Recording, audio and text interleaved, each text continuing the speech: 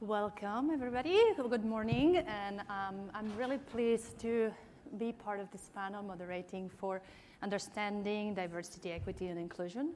It's certainly a hot topic, very hot topics actually in this country, I think, and all over the world. And it's my pleasure to introduce the guest panelists. And we have Vaughn Davis with Dream Hollywood, General Manager. Diana Lerma with Chief Operating Officer for Stock Partners, and Susan Santiago for Chief Operating Officer, Lifestyle, Miramar Hyatt Corporation Lifestyle. And I would like to thank you all for being here and your contribution for this topic that is certainly like the big elephant in the room, I would say. And then you're all super passionate. We had some chats about the topic. And the first question I will address to Vaughn about a little bit of how this passion is ignited and, you know, your contribution where you work and many other places that you're like extending that passion. Yeah, good morning, everyone. Thank you for having me. It's an honor to be here, especially with the esteemed panel and some of the individuals up here that I actually look up to. So it's pretty cool. It's a pressing topic and important conversation, so I'm glad that we're having it. You know, for me, growing up in New York City, and before that in South America and Guyana, I had been exposed to all different walks of life and facets and experiences pertaining to the inner city. And this conversation's particularly important to me because of my true experience.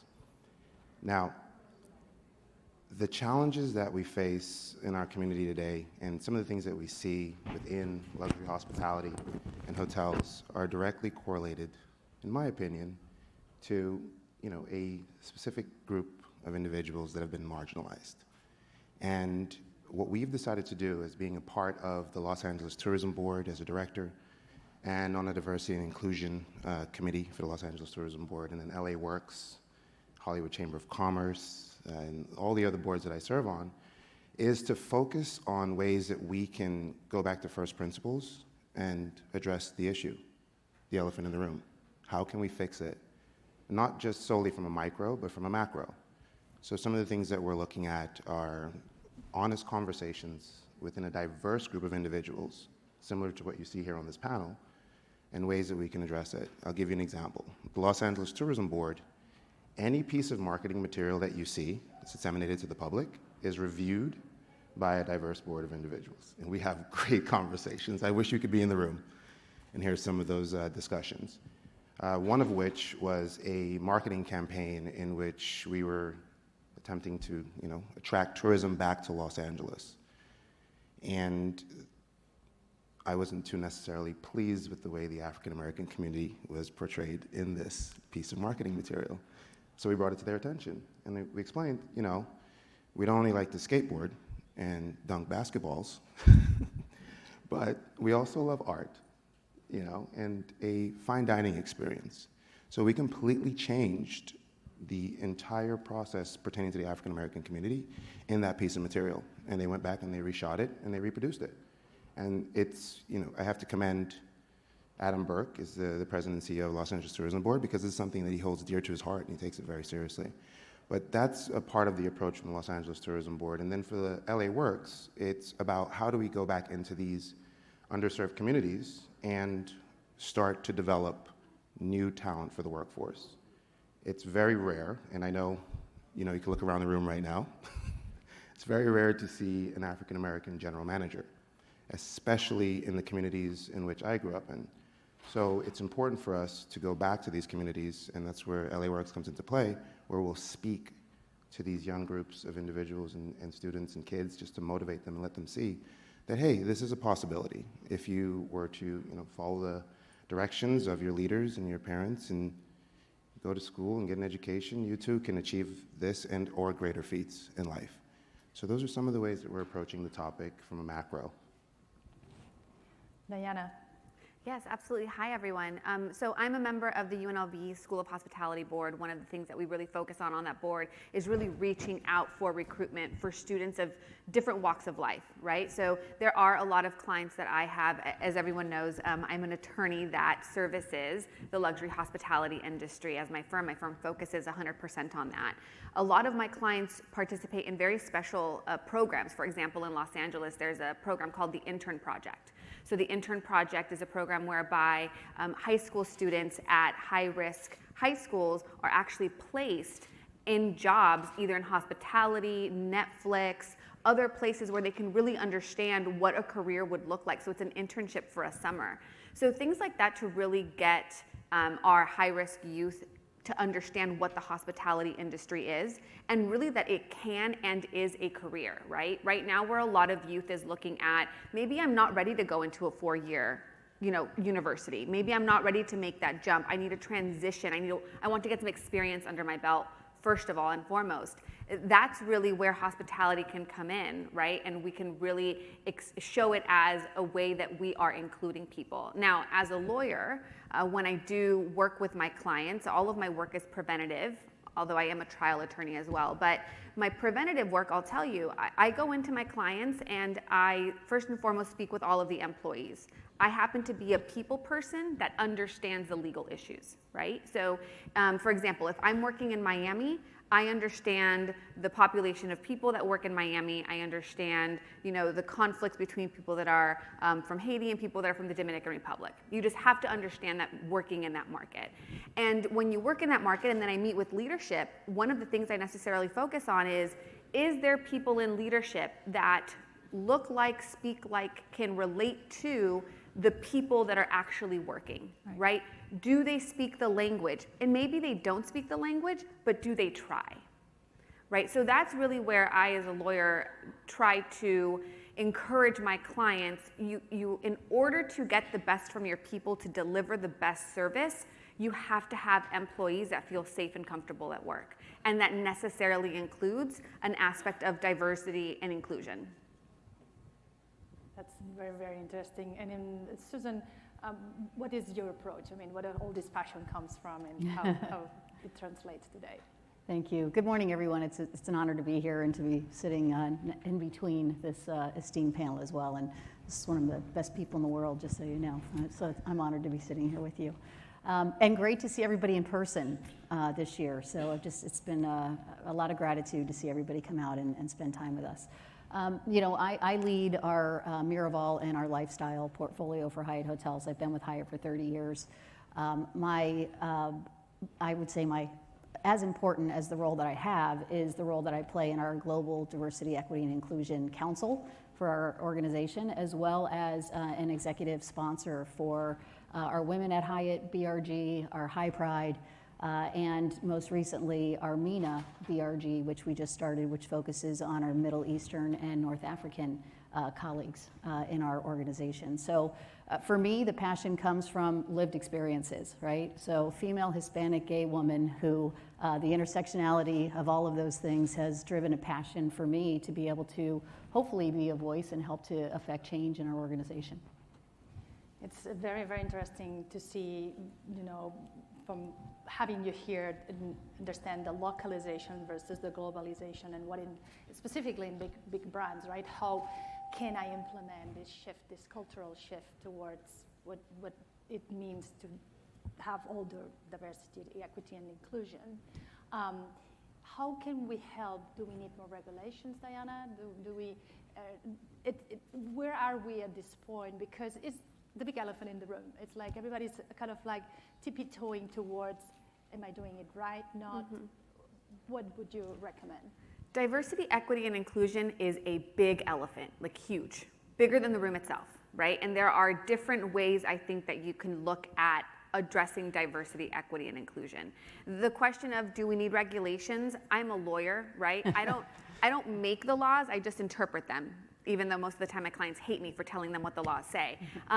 But no, my opinion is we don't need more regulation when it comes to diversity, equity, and inclusion, and I'll tell you why. First, there's always a big gap between legislation and how it applies to the hospitality business.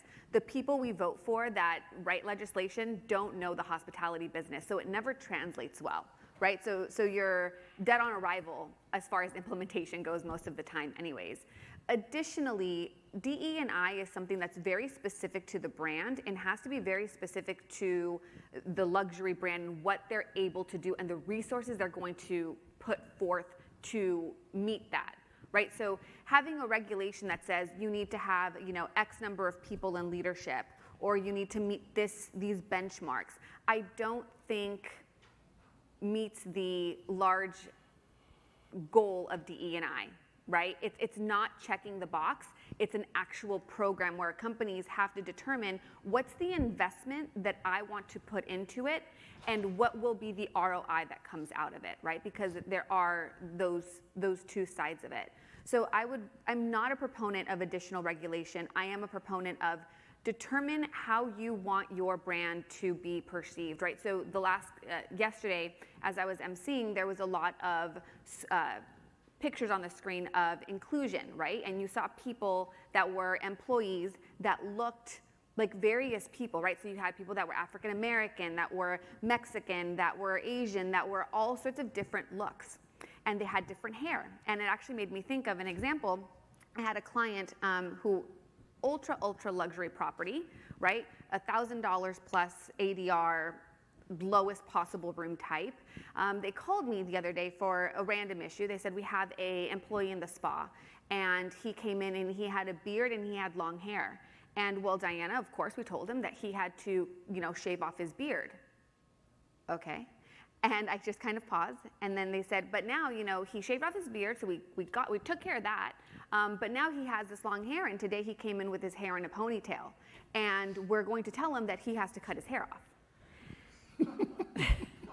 and right, and they're my client, so I can't tell them exactly, right, like what I was thinking. But I had to be very clear with them.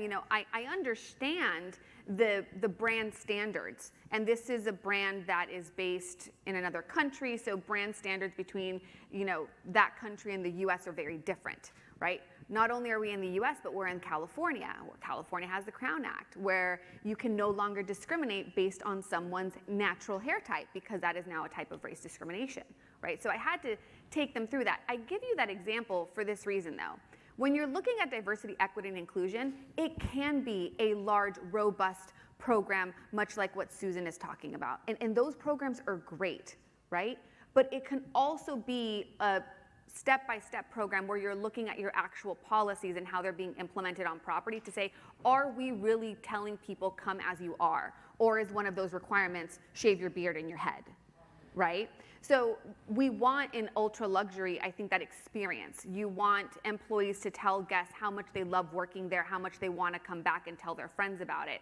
In order to have that happen, we need to have employees feel comfortable actually coming as they are to work. And I think that's part of what the misunderstanding of this topic is that it's not about checking a box, it's about creating a culture of inclusion and celebrating the differences of our colleagues. So I'm fortunate, we work in a purpose-led organization, right? We care for people so they can be their best.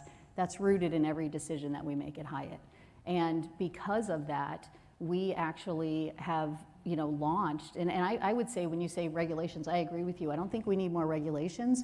What has happened, though, is we have social expectations that are being put on us. And that is not only from in our industry, we have groups that when they book in the RFP process, they want to know what we're doing around ESG and DE&I, right? So they're expecting us to be doing something and not just checking a box, but being able to exhibit that this is part of our culture and our foundation. If you look at from a colleague perspective and how we hire our colleagues, there is data after data point that shows that the next generation of colleagues and leaders across all businesses want to work in purpose-led organizations. and those that are making a difference to our planet. So those aren't regulations, so to speak, but they're certainly expectations that we in luxury and across all industries are going to need to address. So how we look at it is, because of that social expectation, I would say, is that, you know, in July of this year, we launched an official ESG framework. It's called World of Care. And it's steeped in 3 pillars. It's caring for our planet, caring for our people, and caring for responsible businesses. And embedded in that framework is our DE&I and our approach to that, which actually started as a result. You know, we've always talked about DE&I. This is hard work. We talked about this earlier. It's like you can't boil the ocean, right? So you have to start small. You have to identify 1 or 2 things that you truly can make an impact on. And that's what we've seen, because it's hard work. It's hard work. It takes, especially at a global scale, to make a difference and to really not just make sure you're infusing it into the culture, changing behaviors. That is a process and a journey that takes a long time. You know, I'm 30 years with Hyatt. We had 5% of our GMs were females when I started 30 years ago. 30 years later, we're at 25%. That's not a big number when you think about it. But there was so much work that got us from that 5% to the 25%. So you've got to celebrate those successes along the way, and learn from the failures that you have too. Right. So. Right. Yeah. No, I agree. Regulation, in my mindset, is not necessarily the best way to address it. I think we need to go back to an individual level, right? Everyone look deep into your subconscious and understand that you might have some unconscious biases. Take a look at it. Each individual. Address it. Adjust it. Make a change. Ask yourself the difficult question. Don't be so hasty to make a decision without really evaluating what's causing that decision, right? You look into human psychology. We're pretty complex, but down to the first principles, perspective, and approach to each individual is some truths that were built based on your upbringing in your environment. So not so long ago, civil rights movement, right? Really do the math. It really wasn't that long ago, okay? Not so long ago, I would not be allowed on this stage. Not so long ago, I wouldn't be in this position. Not so long ago, I probably wouldn't even be allowed to be in this country, right? Things have shifted. There's a change. So each individual needs to take that approach, and then each business entity needs to take that approach as well. Some of the antiquated practices that were mentioned before, standard operating procedures, are absolutely absurd. And these are still in place today. But how were those standard operating procedures built? And during what timeline? And who were the individuals behind making those decisions? Was it a room filled with individuals like us? Or maybe not, right? So I think every company and every individual should evaluate that and not just rest on our laurels and continue to run with trends that were created, you know, pre-civil rights movement. I give an interesting example. In my team, some of my team members are here in the back, and we have some fun. We have some fun in the office, and they are by far the most hyper-aware group, and I'm so blessed to be surrounded by a group of intelligent, strong, socially aware women and men. And we had a discussion about the naming of a robot. Okay, I'm gonna bring this up, Rosie. And we decided on Rosie from the Jetsons. And our team took a look at the Jetsons and said, are you sure you want to name this robot Rosie from the Jetsons? And I was like, why not? Well, let's take a look at the Jetsons. There's not one African American or Latino person on the Jetsons. And I said, oh my goodness, I've never realized that. Or the Flintstones. This is a cartoon that I grew up watching all throughout South America. And it's portraying a specific group of individuals from the beginning of time to the future. And none of us exist in between. I said, that's a valid point, team. And, you know, we named the robot Jeffrey. And that's from Fresh Prince of Bel-Air. Go, Jeffrey, go. right? But that's just an example of breaking down some of the unconscious biases. Like, I didn't know, and they said, take a look at it. So we broke it down, and we evaluated and made the adjustments. So each company, I would really encourage all the leaders in this room to take a deep dive, take a look at your company, see the practices. You know, if you put regulations in place, it's just another system that people are going to find the workaround, and they're just not going to, it's not a true intrinsic change. Change has to come from your core, it has to come from your heart and your soul. You have to really feel and know that what you're saying pertaining to this specific group is wrong, and it's not okay, and it's not funny, right? And that's just the way that we've shifted to our approach in our organization, and even down to our executive committee. You know, it's not that I'm purposely going out there and saying, I need to hire this, I need to hire that. No, it just naturally happens, and it's part of my upbringing and environment, right? As you see me on the stage, I may look like I'm 100% African American. You're greatly mistaken. My family looks like the United Nations. A couple of them work in the United Nations. But we're very diverse, right? My grandfather is Italian and Portuguese. My grandmother from my mom's side is Portuguese and African. My father's side is 100% African. So we are extremely mixed. My wife is Indian, Jewish, and Chinese. You don't even want to know what my kids look like, okay? So for me, it's just it's a part of my environment, my upbringing. So I've never, until I arrived to this country at the age of 8, I've never really experienced the things that we're discussing here. In Guyana, we just want to have fun, and everybody's connecting with everyone, and we're working together as one community to better develop the country and the environment. You know, and my last point on this topic is there's a shift happening.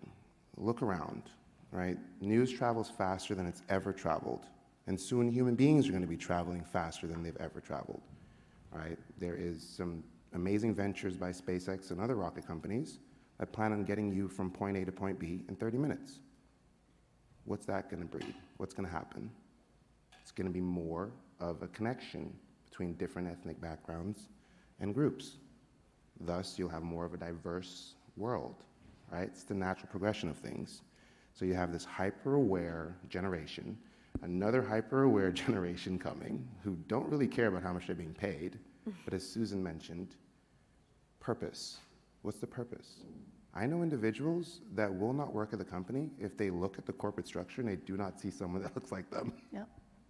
I've had these conversations with people. They won't do it because to them, it's telling as to what they're going to experience when they join this company. So you have that hyper-aware group that's coming. What makes us believe that some of those antiquated methods and procedures are going to be acceptable for that group of the workforce in the future if we don't make the adjustments? So that's my encouragement to everyone here. That's fantastic, and just my head spinning about so many things that you all share here, from this sense of honesty about individually embracing all these things that we're having this conversation. Interestingly, maybe at some point each of us, we actually struggle with a situation that is related to that personally or from another colleague or anything of this nature. And it's good to have the conversation. It's good to just bring it out there.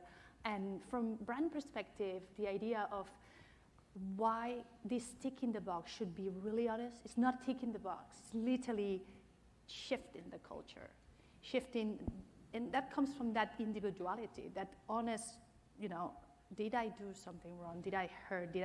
And there's nothing more beautiful from a marketer hat to, understand how that needs to be expressed, but needs to be expressed front of the house and back of the house. And I'd like to kind of talk a little bit about this idea that this year, and especially in this country, has been all this front of the house trying to do things in a manner, but then the reality is a shift in culture, right? Absolutely, absolutely. So what we see a lot of the times is you have to have a good understanding of who the people are that are working for you, right? And as Vaughn and Susan said, it all comes down to who's in the room when conversations are being had. If the people in the room are different from one another, come from different backgrounds, speak different languages, the conversation will necessarily be different. Right? Things will not be said. There is a less likelihood of inappropriate things being said when you have people from different backgrounds in the room. Why? Just because you check your unconscious bias just a little bit more. Because you wonder, is something I'm going to say about Mexico, I'm Mexican, right? Ooh, that's probably going to offend Diana. You're probably right. Right? That would probably offend me. So you want to make sure that the right people are in the room. And when it comes to a DE&I program that checks the box, make no mistake, if a DE&I program is created or established in order to check a box or deliver a certain ROI or a result, in my experience, it is very easy to backfire. And when it backfires really, really bad, right? Yeah, and it has to be authentic, right? And that's, for us, after the murder of George Floyd, we went out with a specific, it's called Change Starts Here. And this was our specific commitment to supporting women and people of color. And we broke it down into 3 categories. It's who we hire, advance, and develop. It's who we support, and who we buy from, and who we partner with. And we've set specific goals by 2025 that we're going to hit. It is a challenge just to be able to go out and say you're going to do this. The foundation, though, that we had of being a purpose-driven company and caring for people, it made sense that we were going to do this, right? For those of us who worked with Hyatt, we know this is just who we are. But even at that, the individuals there, I had so many white men coming up to me saying, "What about me? Why are you focused on this?" And honestly, we had to lean into the data and say, what do you mean, what about you? We are underrepresented by women and people of color. That's just the facts. This is not an emotional decision. This is the facts, and we have to be deliberate and intentional if we are going to make a difference, right? And these are hard conversations to have, and it's an unintended consequence. When you think you're doing the right thing, it seemed like, yeah, of course we should be doing this. We should have probably done this even before. But then you have this other side where they're saying, well, what about me? So that's the difficult conversations, that if it doesn't come from an authentic place and you feel like you're just putting it in place because it's a reaction to something, or you feel like you need to do it, it comes off inauthentic, and then you're not shifting the culture. You are checking a box. Yeah. Definitely. The way, and those are excellent points, the way we approach it too, from a higher-end perspective, we look at each individual as someone who has a unique experience based on their environment and where they grew up and their ethnic background. So if you have one specific view of the way you grew up, right? It's just a part of your environment. And we fill a room with all the same individuals from that same group. How diverse would the decision-making be? It's okay, you can answer. Not so diverse, right? So I'll give you an example. Our complex director of human resources is a Latino gentleman. And we were having a discussion about updating some of our collateral that's shared with the team, some of our standard operating procedures. And everyone's talking about updating it in English. And he just gently nudges and goes, hey, can we just put Spanish underneath? 80% of our workforce is Latino at my property. It's a no-brainer. Mm-hmm. I don't speak Spanish. I'm not Latino. So I didn't have that thought process, right? But he did. And that's because of his unique environment and situation. And it was brilliant because the team was able to actually adopt it and execute and be more efficient, right? So those are some of the examples. And it's not only just based on, ethnic backgrounds. Their ages matter too. There are some younger team members that do deserve an opportunity to be a part of your executive committees. 60% of the consumers are Generation Y.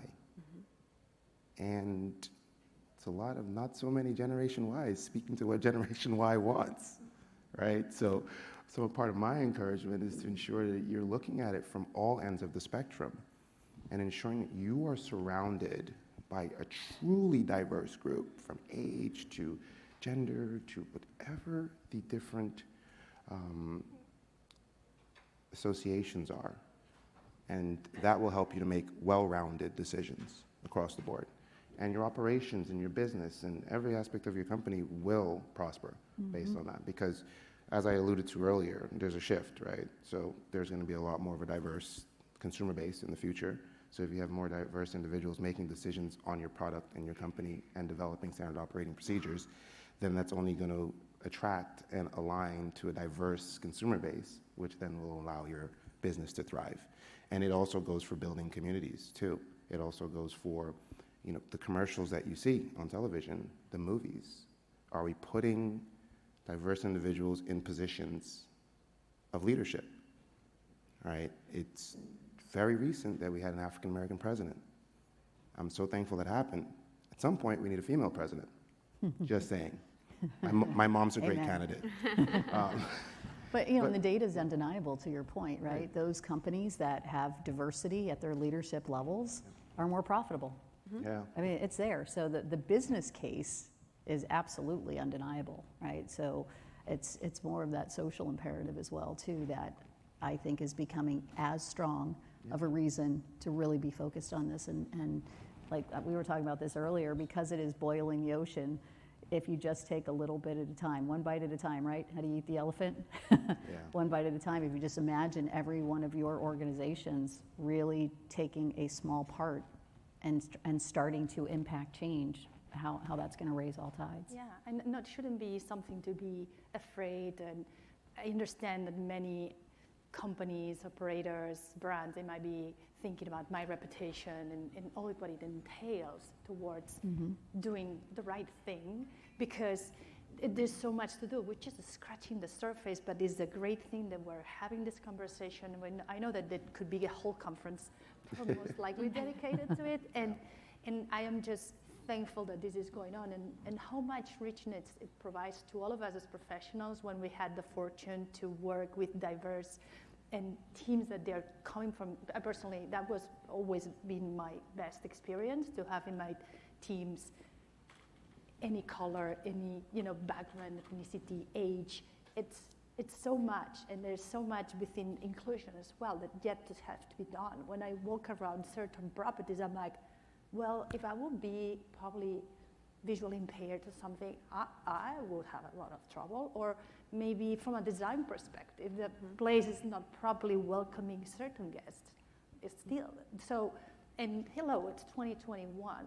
So we need to raise the voice towards that in terms of how to put that hat genuinely, like truthfully. We are going into this direction. There's no going backwards. And I love what Bong said at the beginning. Maybe a few decades ago, I wouldn't be sitting here. And it's great that this is changing. Yeah, even though Jeffrey, I don't know if Jeffrey's gonna make any damage to that. Jeffrey's the best. Yeah, I think we should be encouraged about this season of transformation that we're in. Right? There's so many amazing things happening around us. Yes, we had a Black Swan event, and it was a very challenging time for many. But out of that fire came a whole slew of new innovative products, right? And different approaches to life, and hypersensitive and aware individuals that, had peaceful protests in regards to an unlawful murder of an individual. So I'm actually encouraged. I'm encouraged by what I'm seeing, and I'm really excited that a lot of the key decision makers in this room are hopefully going to take some of this back and make some change and help us to move forward to the future and progress as a society and civilization. And I think it also comes down to not only having different people in leadership, but really making it clear how important, not only that we want you to be part of leadership, but that we also want to know what your opinions are, how we can be better, right? Because you can have a diverse board, you can have diverse leadership, but if people don't feel comfortable saying, Diana, you said this and that wasn't right, or you should maybe tweak your language this way. If they don't feel comfortable having that conversation with me or someone else on leadership, then that diversity really is not going to be effective when it comes to reaching our goals, right? It comes down to being comfortable with uncomfortable conversations and having people that are different than you or anyone, different in age, different opinions, different backgrounds, being able in a productive way to challenge what we do in business every day, right? At my firm, I was the youngest female shareholder that was brought on, right? And when they made me shareholder, the question was, are we going to make her an equity shareholder or a non-equity shareholder? And the shareholder that I worked with at the time was, if you know Diana and you give her a non-equity shareholder position, she will leave. So you either give her equity or you don't give it to her at all. It's that, for me personally, it was having that champion, right? It was having somebody that really fought for me to get a seat at the table. And then once I got a seat at that table that said, Diana, not only do you have this seat, but we want to hear what you want to say. And sometimes the things that come out of my mouth aren't correct. A lot of times they're not, right? But it's a safe environment, right? And we all feel comfortable as leadership. So whether it's at my firm or at a client's hotel, their executive team, their planning committee, whatever it may be, it's the power of those voices that are in the room that really matter. It's so interesting. We had this conversation on our first meeting, and at the end of the day, I think we all agree that we're looking for a world of justice, right? Like literally, that's what it is. And obviously we have the acronym of DEI, and I add a J on the front. It's more like a Jedi. And even you could add the S at the end, Jedis, for sustainability, because that's another aspect that could be integrated within all this conversation. But certainly justice, because talent is out there. The new generations are raising the Gen Ys and Zs, and I lost track, and I'm a marketeer. But the good things about these new generations is that raising the voices and the support from them to ignite a conversation about how would you like to be addressed? I would like to address this way. And maybe from a non-binary, for example, to say, oh, what do we address as they? Maybe it's difficult for you to, they is, and you would maybe shift to the name to say, okay, then I'm not making a mistake. But it's a combination of support, the listening, but also the talking and facilitating that, and how that can be facilitated in a big corporation. How did you kind of put it together back in the day? Susan, looks at me as the oldest one on the panel, apparently. Did it have the largest? Well, I got off with the dinosaur, my T-Rex, parked my T-Rex at the door. This is all about education. It's about education, and it's about the inclusivity piece. That's what you're speaking to, right? Is it's not about, we always talk about, it's not just about diversity. Diversity is, yes, having a variation of thoughts and experiences in the room, but it's celebrate. Like we talk about tolerance, right? We're not tolerating this. We need to celebrate this, right? That's the inclusion piece. Not do we just want you at the table, but you are going to make a difference, and your voice is important. That's the piece. So, for us, it's celebrating. It's celebrating and sharing those stories as you have them, because that really is it. And for us, even when we're still on a journey. The whole thing is a journey. We're not finished. It's not going to end. And just knowing that you're on this journey of continuous education is really important, and accepting that, but then celebrating those successes along the way. We had this discussion around, should you have goals or not? Should there be quotas? And we don't believe that we have goals, yes, that we have set. That's only to hold ourselves accountable to putting in those processes in place that are going to help us progress, and as importantly, gives us something to celebrate along the way, right? So as we have these little milestones that we're achieving, we can celebrate those, and it really motivates everyone to want to continue to be on this journey. So that's kind of how we approach it, is just really making sure that you're continually educating and learning and realizing, celebrating those successes along the way. And you have to also, I think, educate, right? So you brought up a really great point about non-binary, right? And what that means. So what's cisgender, right? What are the pronouns now that are in people's email addresses at the end? She, her, they, them, right? I've had clients that have emailed me and said, Diana, is it okay for employees to do that, to just add that on their email signature line? I've said, of course it is, right? But the next question I get from clients is, well, if Christina adds it, then does that mean we all have to add it? No, it doesn't, right? It's something that you can execute personally and those people that feel comfortable doing it. But there's an educational aspect to it and a training aspect to it, right? People in leadership, and not just leadership, frankly, everyone, right, need to know from an employee perspective and also from a guest perspective what cisgender is, what the different pronouns are, what pronouns you use with what types of people. If you have a guest that checks into your hotel who does not look or they don't express their gender in a very binary way, in a way where you can call him Mrs. or Mr., right? What does your front desk team do in that regard? When they call, and instead of saying Ms. Lerma, right, should they use a different pronoun? It's things like that that affect not only the employee experience, but also the guest experience that a good diversity, equity, and inclusion program can really address. That's so true. And kind of wrapping up, I love the idea of celebration. I think it brings and it tones down this fear, that big elephant in the room, just to wrap up the whole conversation towards that. Let's celebrate, let's be really proud that we are making those steps and they were like new generation pushing towards the future in the right direction. So thank you very much for your great, great insights, all of you. Thank you. Thank you. Thank you. Thank you.